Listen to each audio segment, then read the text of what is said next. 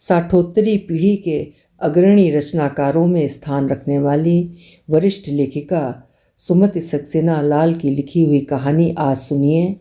Lawrence road, lane number 3। मेरी जुबानी। मैं हूँ सीमा सिंह। हमारी शादी ठहरी थी। हफ्ते भर पहले तक तो कोई बात ही नहीं थी। ना हमने ही सोचा था, ना घर वालों ने ही।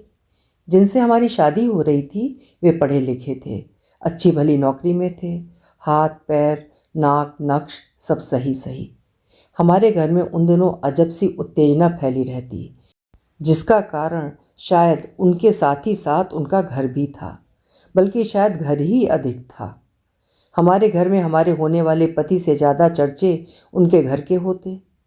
हमने बताया ना आपको कि हमारे पति अच्छे थे, एकदम ठीक ठाक, पर कुछ भी ऐसा नहीं था जिसके लिए गर्दन एकदम तान कर टेढ़ी कर ली जाए। पर हाँ, घर। एक से बढ़कर एक हैसियत वाले लोग रहते हैं उस कॉलोनी में। लॉरेंस रोड पर बनी वो कॉलोनी और उसके लेन नंबर 3 की वो रोज़ विला लेन और उसमें बने वे 16 बंगले। क्या बात है उनकी। ऐसे वैसों को थोड़ी मिलते हैं वो घर। वो तो बस वैसे वैसों को ही मिल पाते हैं, मतलब जो कुछ खास हो। राजशाही और अफसरशाही में जिनकी कुछ खास पहुंच हो, यानी कि खासी ऊंची तिकड़म। हम भी अचानक अपने मित्रों, संबंधियों और परिचितों के बीच में अपनी साधारण सी नौकरी और अपनी साधारण सी शक्लो सूरत के साथ अपने आप को अचानक ही असाधारण महसूस करने लग गए थे। मिलने वालों को तो अम्मा पापा स्वयं बताते, अरे भाई अपनी अनु की शादी है, लड़के का घर लॉरेंस रोड, लेन नंबर 3 रोज़ विला है। लोग समझ जाते कि वहाँ घर है तो बंदा भी कुछ खास ही होगा। सबसे बड़ी बात, लड़के ने खुद मैच भिजवाया है। पापा अम्मा के साथ हम भी फूलकर कुप्पा हो जाते। कुछ समय पहले तक तो हम कहते थे कि हमें शादी नहीं करनी। सच बात यह है कि इस उम्र तक आते आते हमें वो कहने की ज़रूरत भी कहाँ रह गई थी। यथास्थिति स्वीकार कर ली थी सबने। घर वाले कहते थे अपनी अनु शादी के लिए तैयारी नहीं है। बाहर वाले सोचते होती नहीं बेचारी अनु। खैर जो भी हो, बात तो एक ही है ना। परिणाम एक ही हो तो कारकों से फर्क ही क्या पड़ता है। हम अपनी 40 साल की अविवाहित जिंदगी में अपनी अम्मा के सीने से लगे हुए पापा की छत्र छाया में आराम से जी रहे थे कि हमारे एक परिचित हमारे लिए मैच लेकर अचानक प्रकट हुए थे। कुछ ऐसी विजित मुद्रा में जैसे हमारा उद्धार उन्हीं के हाथों होना था। बड़े विजयी भाव से उन्होंने लड़के की, मतलब हमारे होने वाले पति की फ़ोटो सामने रख दी थी। संक्षेप में बताया था कि लड़का क्या करता है। माता पिता नहीं हैं सो कोई झंझट नहीं है। बड़े भाई भाभी हैं, वे लोग स्वयं आपसे मिलने आ जाएंगे। आप लोग परेशान हो, ये लड़के को अच्छा नहीं लगेगा। मतलब हाँ करो और शादी ठहरी समझो। पर इस पूरी बातचीत के पहले ही उन्होंने बता दिया था कि लड़के का घर लॉरेंस रोड, लेन नंबर 3 रोज़ विला है। हम सब तो इतना सुनकर पहले ही धराशायी हो चुके थे और आंखों के सामने होने वाले दूल्हे से ज़्यादा रहने वाले घर के सपने तैरने लगे थे। अम्मा ने हमसे हमारी राय जाननी चाहिए थी। हम क्या कहते।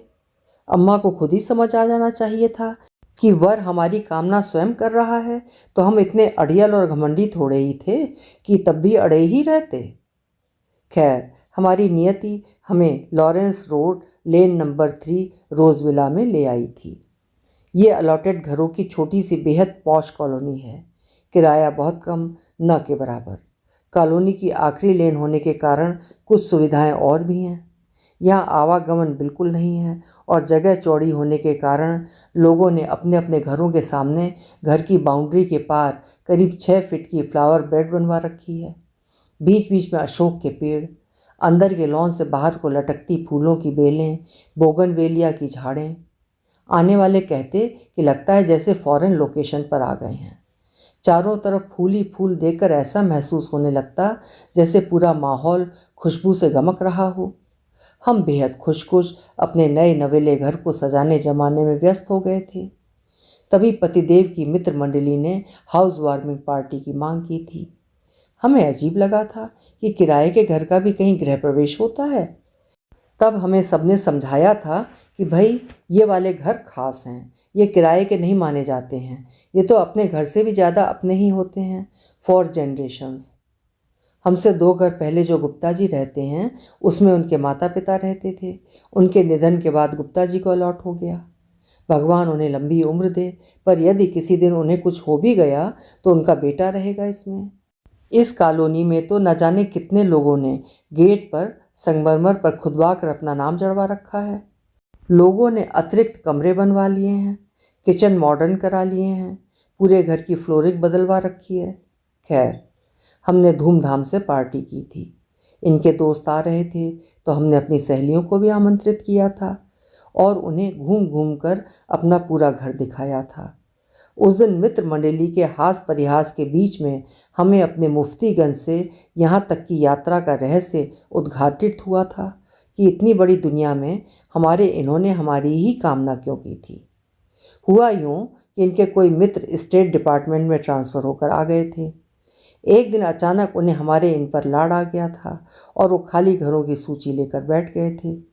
उस सूची में सबसे ऊपर उसी घर का नाम था जिसके दरो दीवार में आजकल हम दोनों की चहचहाहट गूंज रही है। स्वाभाविक था कि पतिदेव का दिल इस घर पर आ गया था और ये अपने मित्र के पीछे लग लिए थे। बड़ा सुखद सा संयोग था कि तब तक किसी खासुल खास की नज़र इस घर पर नहीं पड़ी थी और ये आम खाते में पड़ा था।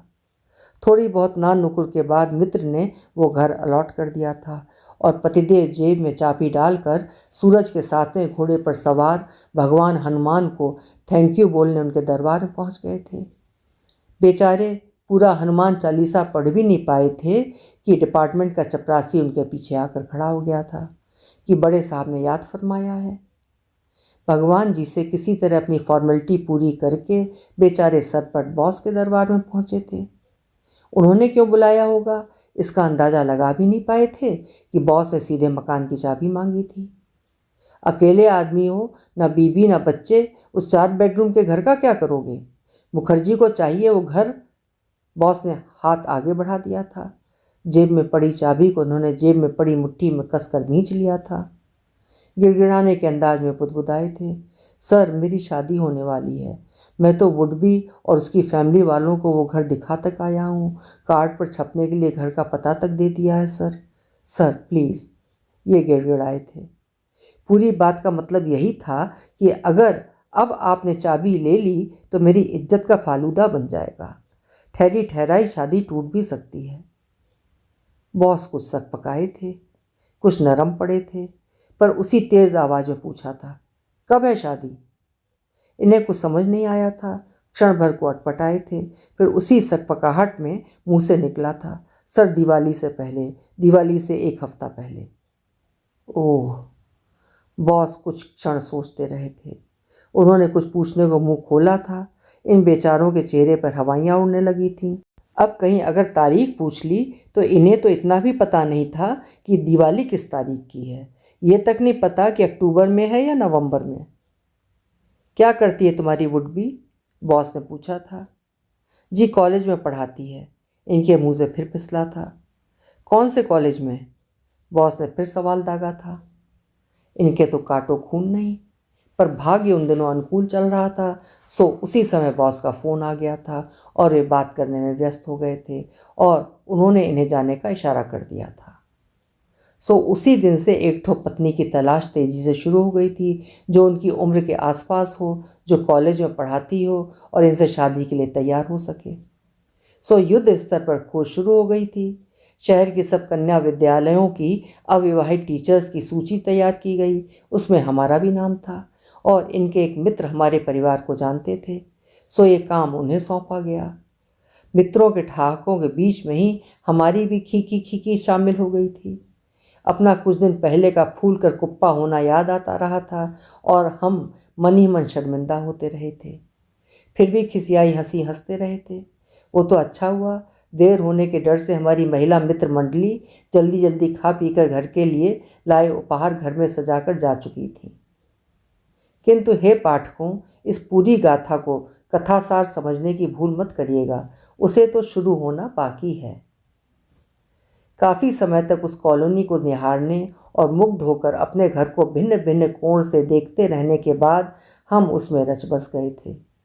वो कॉलोनी हमारी ज़िंदगी का एक स्वाभाविक सा हिस्सा बन गई थी और हम उसके वजूद का। कॉलोनी के क्रियाकलापों में हम पति पत्नी बड़े उत्साह से शामिल होते, इसलिए सबके बीच में जाने पहचाने जाने लगे थे। तभी एक दिन सुबह सुबह कॉलोनी में चारों तरफ सनसनी फैल गई थी। आपस में फ़ोन खटखटाए जाने लगे थे। लोग एक दूसरे के घर दौड़कर पहुंचने लगे थे। अरे वो 13 नंबर की वीना जी केंद्र में मंत्री बना दी गई हैं। उस दिन कॉलोनी के अधिकांश लोग दफ्तर देर से पहुंचे थे, कुछ लोग गए ही नहीं थे। मंत्री? सब सकते में आ गए थे, वो भी सीधे केंद्र की मंत्री। ऐसा कैसे? एमएलए नहीं, एमपी नहीं, सीधे मंत्री। सुना था वीना जी कांग्रेसी कार्यकर्ता हैं, फिर भी ये भी सुना था कि सोनिया गांधी की गुड बुक्स में हैं। तब भी तरह तरह के अनुमान लगाए जाने लगे थे। वीना जी को कोई इतने निकट से जानता ही नहीं कि अनुमान के परे किसी जानकारी की बात की जा सके। बस इतना पता है कि वीना जी के दादा ससुर जी कांग्रेस के वरिष्ठ नेता थे। इंदिरा गांधी को इंदू कहकर पुकारते थे और उनसे तुम कहकर बात करते थे। खैर जो भी हो, वीना जी ने तो राजनीति की बॉल को इतना जोर से हिट किया था कि एक ही बार में सीधे बाउंड्री से बाहर, सीधा सिक्सर। फटाफट कॉलोनी कमेटी की बैठक बुलाई गई थी। वीना जी के स्वागत समारोह की तैयारी की जाने लगी थी। बेचारे कॉलोनी निवासी, उनके सारे आयोजन में पानी फेरती हुई वीना जी इस तरह से दिल्ली शहर में रच बस गईं कि उसके बाद तो उनके दर्शन सिर्फ पत्रिकाओं के पन्नों पर और टीवी के चैनलों पर ही हो पाए थे। कोई एक व्यक्ति गाहे बगाहे उनके घर की सफाई करा जाता। मौसम बदलते तो उनके घर के एसी कूलर भी लगते और उतरते दिखाई देते, पर वे नहीं आती जिनके दर्शन को कॉलोनी वासियों की निगाहें तरस रही थीं। तभी एक दिन सुबह में उसके पहले पन्ने पर ही खबर छपी थी कि वे शहर में आ रही हैं। लोगों ने अपनी अपनी घड़ियां देखी थीं और सब लोग अलग अलग अपनी पर्सनल कैपेसिटी में उनके घर की तरफ भागे थे। किसी के हाथ में फूल थे, किसी के हाथ में फल और मिठाई, और किसी किसी के हाथ में फल और मिठाई से भरी हुई सजी सजाई डलिया। पर पता चला था कि वे तो गवर्नमेंट हाउस में ठहरी हैं, शायद किसी समय घर पर आएंगी। अक्लमंद लोग अपने डिब्बे और डलिया अपने बगल में दबाए हुए चुपचाप लौट आए थे और अगले एक हफ्ते तक उसे स्वाद लेकर खाते रहे थे। और कुछ न समझदार टाइप के लोग हड़बड़ाहट में उन्हें नौकरों को पकड़ा बैठे थे और बाद में पछताते रहे थे। वैसे कॉलोनी की दिनचर्या में वीना जी के आकर रहना शुरू करने से जैसे कोई अंतर नहीं पड़ा था, वैसे उनके शहर छोड़कर चले जाने से भी कोई फर्क नहीं पड़ा था। ना तो कॉलोनी एकदम से और शानदार ही हो गई थी जैसा कुछ लोगों ने सोचा था, न कॉलोनी में कोई ऐसा न्यूसेंस ही बढ़ा था जैसा कि कुछ दूसरे लोगों का कहना था। खैर, धीरे धीरे लोग भूलने लगे थे कि कोई वीना जी हैं जो कॉलोनी में रहती हैं या रहती थीं। पर हाँ, उससे पहले हमारे घर की चारदीवारी के अंदर थोड़ी बहुत हलचल जरूर हुई थी। पहले तो पतिदेव ने अपने मित्रों को, परिचितों को फ़ोन खटखटाने शुरू किए थे। अरे भाई सुना, वो वीना जी, अरे भाई वही वीना जी जो केंद्र में समाज कल्याण मंत्री बनी हैं, वो हमारी कॉलोनी में ही रहती हैं, एकदम हमारे घर के सामने ही। हाँ भाई, एकदम अक्रॉस द रोड। और एक दिन अचानक हमारे ऊपर गुस्सा आना शुरू हुआ था। बिना किसी भूमिका के ये एकदम आंखें बाहर करके हमारे ऊपर गुर्राए थे। एकदम बेवकूफ़ औरत हो, घर के सामने रहती थी वीना जी, पर कोई दोस्ती नहीं की उनसे। अरे अकेली रहती थी वो, कभी उनके घर आती जाती। वो 5 घर छोड़कर चौबे जी रहते हैं, सो रोज़ कूद कर चौबाइन के घर पहुंच जाती हो। आए दिन पीठे का कटहल, पनीर के कोफ्ते, मेवा पड़ी खीर डोंगा भर भर भेजती हो। वीना जी के घर तो एक कटोरी से भी काम चल जाता, पर नहीं अकल हो तब तो फालतू लोगों को पालती हो, जरा सी भी दूरदर्शिता नहीं है। घर के अंदर ही नहीं, मुसीबत तो घर के बाहर से घंटी बजाकर भी आने लगी थी। लोग हम लोगों से मिलने आते, आधा एक घंटा इधर उधर की बातें होती, चाय पकौड़ी चलती, फिर लोग मुद्दे पर आते। बेटा किसी कंपटीशन में नहीं आ रहा है, वैसे बहुत ज़हीन और मेहनती है, पर क्या करें, सब किस्मत की बात है। जरा सा मदद का हाथ लग जाता। अगर आप लोग वीना जी से कह देते, अरे हिंदुस्तान में कोई नौकरियों की कमी थोड़ी है, उन्हें तो मुंह से कुछ कहने की भी ज़रूरत नहीं है, बस कंसर्न ऑफिसर को बुलाकर अर्जी उसके हाथ में पकड़ा दें और प्लीज़ सी लिख दें। सिफारिश लेकर आने वाले कुछ लोगों पर बेहद गुस्सा आता, कुछ पर बेहद तरस, पर हम तो कुछ कर पाने के काबिल ही नहीं थे। क्योंकि वीना जी महिला हैं, इसलिए लोग पूरी सिफारिश हमारी तरफ ही मुखातिब होकर करते। उस दिन वीरेन जी और उनकी पत्नी वीरनी आए थे। वैसे तो उनकी पत्नी का नाम नीमा है, पर हम जब भी उनके बारे में सोचते हैं तब अपने मन में उनके लिए इसी संज्ञा का प्रयोग करते हैं। ये बात अलग है कि किसी के सामने इस नाम को मुंह पर नहीं लाते, अपने श्रीमान जी के सामने तक नहीं। 1 घंटे की बातचीत और चाय नाश्ते के बाद उन्होंने पर्स से बेटे की अर्जी निकाल ली थी। हम एकदम घबरा गए थे। भाभी जी, हम उनको उतना नहीं जानते हैं, हम गिड़गिड़ाए थे। हम ये नहीं कह सकते थे कि हम उनको बिल्कुल ही नहीं जानते हैं, नहीं तो पतिदेव की किरकिरी होती। भाभी जी हमारी मजबूरी क्या जाने, सो उन्होंने हमको गुर्रा कर देखा था। उन्हें तो वैसे भी हम कभी फूटी आंख नहीं सुहाए। इनको देवर सरीखा मानती रही हैं, तो मजबूरी में हमें भी झेलती रही हैं। हमारी शादी से पहले ये उनके घर अक्सर खाना खाते थे। शादी के बाद भी उनका फ़ोन आ जाता, आ जाओ तुम्हारी पसंद की सिंधी कढ़ी बनी है, या लौकी के कोफ्ते बना रहे हैं। और इनके साथ वे मजबूरी में वगैरह वगैरह की तरह हमें भी बुला लेती, और इनके साथ लटकन की तरह हम भी लटक लेते। 2 कटोरी ये खाते तो 1 कटोरी तो हम भी खा ही लेते। भाभी जी के चेहरे पर ढेर सारी शिकायत थी। हमें लगा ये मन ही मन सारी कटोरियाँ गिन रही होंगी, पर हम क्या करते। वश में होता तो सारी कटोरियों का हिसाब एक ही झटके में निपटा देते। वैसे भी हम पर उनका इतना हक तो बनता ही था, पर हम मजबूर थे। और आदरणीय भाभी जी हमें परले दर्जे का मक्कार और मतलबी समझ रही थीं। हमारे पतिदेव सिद्धहस्त कलाकार की तरह एकदम भोला सा चेहरा बनाकर एकदम चुप बैठे रहे थे। भाभी जी साम दाम दंड भेद सारी नीतियाँ हमारे साथ एक साथ अपनाती रही थीं। उन्होंने हमें समझाया था, मनाया था, हमारी पत्थर दिली पर हमें धिक्कारा भी था। पतिदेव ने भाभी जी के हाथ से अर्जी लेकर हमारे हाथ में ठूस दी थी, तुम वीना जी को भेज देना, कोशिश करना अपना काम है। हम तो एकदम हतप्रभ। हमने आंखें तरेर कर उनकी तरफ देखा था। भाभी जी और भैया जी दोनों ने हमें आंखें तरेरते हुए शायद देख लिया था। जाते जाते उनके चेहरे पर बड़ा रूठा हुआ सा भाव था। उनके जाने के बाद हम थोड़ा खिसियाए हुए से थे, थोड़ा पतिदेव पर झल्लाए हुए, सो आंखों में आंसू आने लगे थे। हमने जिरह की थी, ऐसे कैसे कह दिया कि वीना जी को अर्जी भेज देना, न जान न पहचान अर्जी भेज देना। इन्होंने पैतरा बदला था, स्वर को थोड़ा मीठा बनाया था और हमारी तरफ प्यार से देखा था।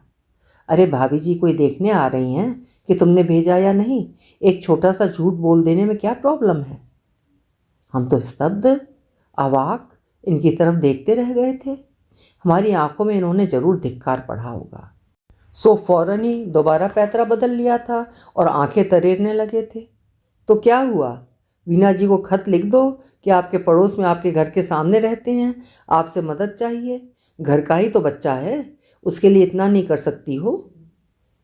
हम मन ही मन सिर पीट कर रह गए थे। हम इस रोज रोज की कलह से तंग आ गए थे। घर के बाहर से और अंदर से दोनों तरफ से वार हो रहे थे। वीना जी को तो पता भी नहीं होगा कि उनके मंत्री पद ने हमारे शांत सुखी जीवन में कितनी हाय तौबा मचवा दी थी। हमारे न जाने कितने मीठे तीखे और फीके रिश्ते वीना जी के मिनिस्ट्री की गद्दी के भेंट चढ़ गए थे। पति तो खैर अपना होता है, सो इस सारी लड़ाई झगड़े के बीच वो हमें और हम उन्हें बड़े यत्न से पकड़े रहे थे। वैसे भी 40 साल की उम्र में की गई शादी किसी वीना जी या किसी नीमा भाभी के कारण 55 साल की उम्र में तोड़ी थोड़ी जाती है। दोस्ती की बात और है। वीना जी केंद्र में मंत्री क्या बनी कि कॉलोनी में अचानक राजनीति रोग के कीटाणु प्रवेश पाने लगे थे। ये ऐसा अजीबोगरीब रोग है कि किसी भी प्रांत, किसी भी जाति, किसी भी लिंग, किसी भी नौकरी और किसी भी शक्लो सूरत का 18 से लेकर 80 साल तक का कोई भी इंसान इस रोग का शिकार हो सकता है। लोगों को समझ में आने लग गया था कि स्टेटस, शोहरत, पैसा और सुविधा पाने का इससे बेहतर और छोटा रास्ता कोई हो ही नहीं सकता। और सबसे अच्छी बात ये कि किसी स्पेसिफिक क्वालिफिकेशन की कोई ज़रूरत नहीं।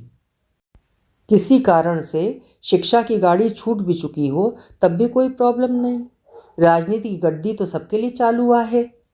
सो किचन संभालती निरी गृहिणियाँ भी एलिजिबल हैं इसके लिए। चैम्बर में मक्खी भिनकते डॉक्टर और वकील भी, गुंडागर्दी के आरोप में विद्यालय से निलंबित छात्र भी और भ्रष्टाचार के आरोप में अपदस्थ अफसर भी। सो सबकी आंखों में सपने दिखने लगे थे। छात्र शिक्षालयों की नेतागिरी करने लग गए थे और वरिष्ठ अवकाश की आयु पर पहुंचने से पहले बड़े योजनाबद्ध तरीके से भिन्न भिन्न राजनीतिक पार्टियों में अपनी घुसपैठ बनाने लग गए थे। वे सब अचानक सूट और सफारी सूट छोड़कर पजामा कुर्ता पहने और झोला लटकाए दिखने लग गए थे। बहुत से लोगों ने अपनी एनजीओ खोल ली थी। बहुत से और लोग खुली खुलाई एनजीओ में बड़े सेवा भाव से काम करने लग गए थे। हम तो किसी की सिफारिश नहीं सुनते कि घोषणा करने वाले टेढ़ी गर्दन के साथ आसमान की तरफ देखकर चलने वाले कुछ अफसर अचानक धरती की तरफ देखने लग गए थे, एकदम ग्रास रूट वर्कर, और मुस्कुराकर कभी हमें भी सेवा का मौका दीजिए वाली मुद्रा में स्वयं अभिवादन करने लग गए थे। कॉलोनी की हवा में धरती की अजब सी सोंधी सोंधी सी महक आने लग गई थी।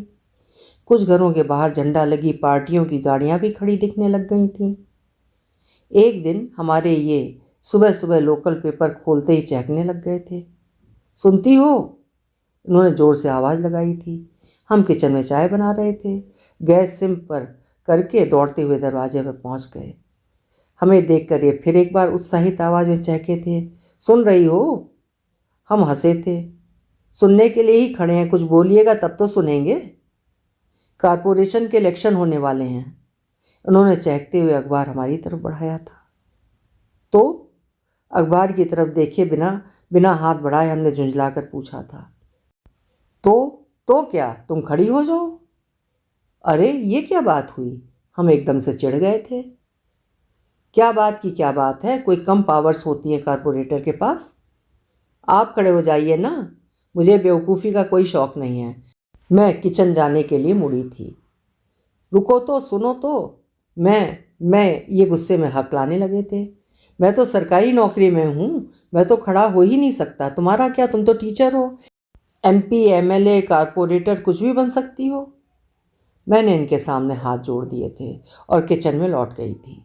थोड़ी देर में चाय के बीच इन्होंने फिर समझाया था, देखो तुम्हारे लिए जीतना बिल्कुल कठिन नहीं होगा। सारी ज़िंदगी यहीं इसी शहर में रही हो, 16 साल से इसी लोकेलिटी में हो, 30 साल से पढ़ा रही हो, हर घर में ही एक आध स्टूडेंट मिल जाएगी। पर हमें नहीं पिघलना था, सो नहीं पिघले।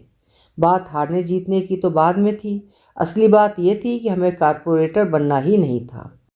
कहाँ केंद्र में वीना जी मंत्री और कहाँ हम सिर्फ म्यूनिसिपल कमेटी में कारपोरेटर। शाम को दफ्तर से आकर अचानक इन्होंने चौबे जी के घर चलने का कार्यक्रम बना लिया था। वो तो हम वहाँ पहुँचकर बातचीत के बीच में समझ पाए थे कि ये अपनी बात की वकालत के लिए हमें वहाँ लेकर गए थे। शायद इन्हें लगा होगा कि मिसेस चौबे से हमारी मित्रता है तो हम उनकी बात मान जाएंगे। इन्होंने अपनी बात फिर कहनी शुरू की थी। अपनी खिजलाहट के बीच अचानक हमने देखा कि चौबे जी ने मिसेस चौबे की तरफ और मिसेस चौबे ने चौबे जी की तरफ बड़ी अर्थ भरी मुद्रा से देखा था और दोनों की आंखें चमक रही थीं और लगा था कि दोनों किसी गहरे सोच में पड़ गए हैं। कुछ दिन बाद हम लोग लंच के लिए मेज पर बैठे ही थे कि चौबे दंपति माथे पर पूजा का टीका लगाए हुए, हाथ में प्रसाद का डिब्बा लिए हुए अत्यंत प्रसन्न मुद्रा में घर के भीतर आए थे। दोनों बहुत खुश और बहुत थके हुए लग रहे थे। प्रसाद के लड्डू उन्होंने हम लोगों की तरफ बढ़ा दिए थे। इनके नॉमिनेशन पेपर्स फाइल करके आ रहे हैं हम लोग, चौबे जी ने कहा था और दोनों समवेत स्वर में हंसते रहे थे। देखिए, सारा काम आप दोनों को ही संभालना है, हम लोगों को तो कोई अकल है नहीं। 1-2 घंटा आराम करके आते हैं आपके घर, काम की पूरी रूपरेखा बनानी है। उन्होंने एक खाली रजिस्टर हमारी तरफ बढ़ा दिया था। हमसे ना हंसा जा रहा था ना रोया जा रहा था। काम की बात सुनकर हमारे हाथ पैर दिमाग सब एक साथ सुन्न होने लग गए थे। झुंझलाहट अलग से, और श्रीमान जी गुस्से से एकदम लाल पीले उन लोगों के जाते ही हमारे ऊपर फट पड़े थे, और उसके बाद तो न जाने कितने दिनों तक हमारे ऊपर गरजते बरसते ही रहे थे।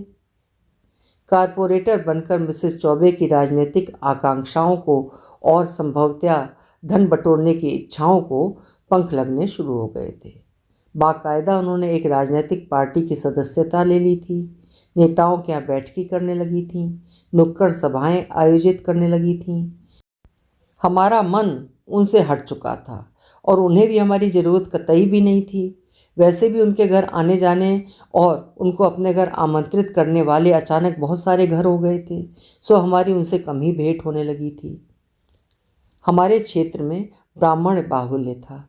देखने में बहुत सीधी सादी घरेलू महिला लगती हैं। उनके पति ऊंचे ओहदे पर आसीन वरिष्ठ सरकारी अफसर हैं। सो कहने का मतलब ये कि उनमें वो सभी था जिसकी तलाश राजनीतिक पार्टियों को थी। वैसे भी इन पार्टियों को अपनी महिला भागीदारी का खाता भी तो भरना होता है। बड़े सधे ढंग से 2 साल बाद होने वाले असेंबली इलेक्शन पर निगाहें थी उनकी। वो जानती थी कि उसके लिए कॉलोनी के 60 घरों से उनका भला होने वाला नहीं था। उनका असली वोट बैंक तो कॉलोनी की ऊंची दीवार के पीछे बसी घनी बस्तियां और उसके बाजार थे। एक दिन सुबह सुबह मेहरी के लिए दरवाज़ा खोला था तो बहुत खुश लगी थी वो। भगवान भला करे चौबाइन का, हम सबके तो दिल से दुआ निकल रही है उनके लिए। उसने तेज आवाज़ में बात शुरू की थी।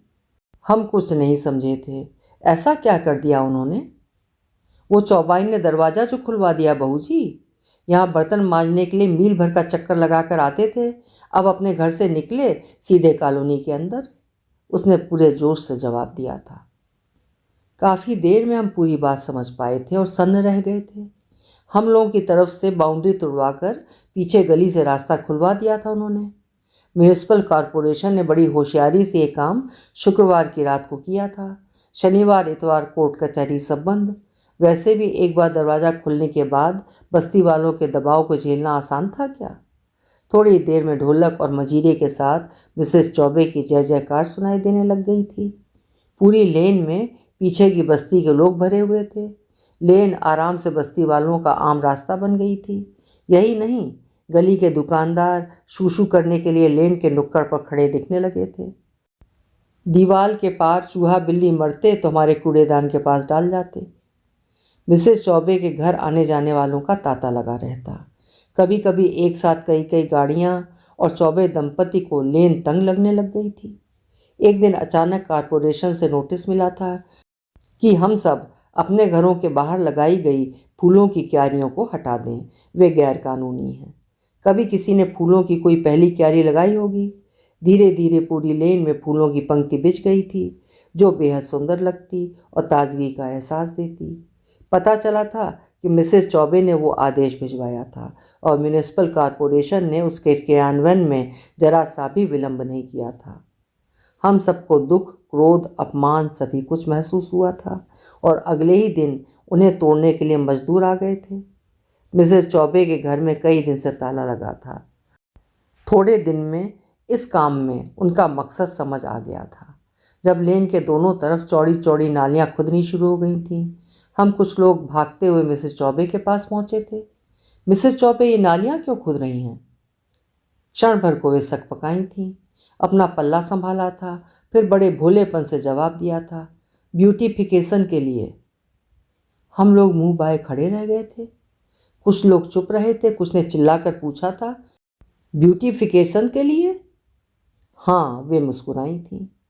हमारी आवाज़ में तेजी आ गई थी। कॉलोनी में कोई वाटर लॉगिंग नहीं, कोई ड्रेनेज प्रॉब्लम नहीं, और आप ब्यूटिफिकेशन के लिए फूल उखड़वा कर नालियाँ बनवा रही हैं। मिसेस चौबे बड़ी विनय भरी मुद्रा में मुस्कुराती रही थीं। हम लोगों के लिए पानी मंगवाया था, हमसे बैठने के लिए कहा था, चाय शाय के लिए पूछा था, पर किसी बात का सीधा जवाब नहीं दिया था। जवाब शायद उनके पास था भी नहीं।